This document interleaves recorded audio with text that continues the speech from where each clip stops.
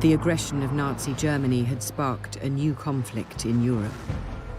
It was suggested that Elizabeth and Margaret be evacuated for their own safety. They weren't moved overseas simply because it was thought very important to send the right kind of message, to send the message that the royal family was not running from the threat of Nazi Germany and everyone would very much remain in post.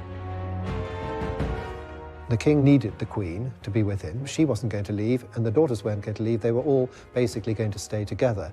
And it was actually a very powerful message. The images that were coming out of Germany were all sort of nasty pictures of people stomping around in black uniforms and raising their arms and shouting. What did you get from England? You got Queen Elizabeth in a pony cart with the two princesses bicycling behind her. I mean, which would you prefer? Because of events and invasions going on in Europe, the Queen said that it would be a good idea to take the princesses to the greater security of Windsor Castle for the rest of the week. And as Princess Margaret said, we were supposed to go for 5 days and we stayed for 5 years.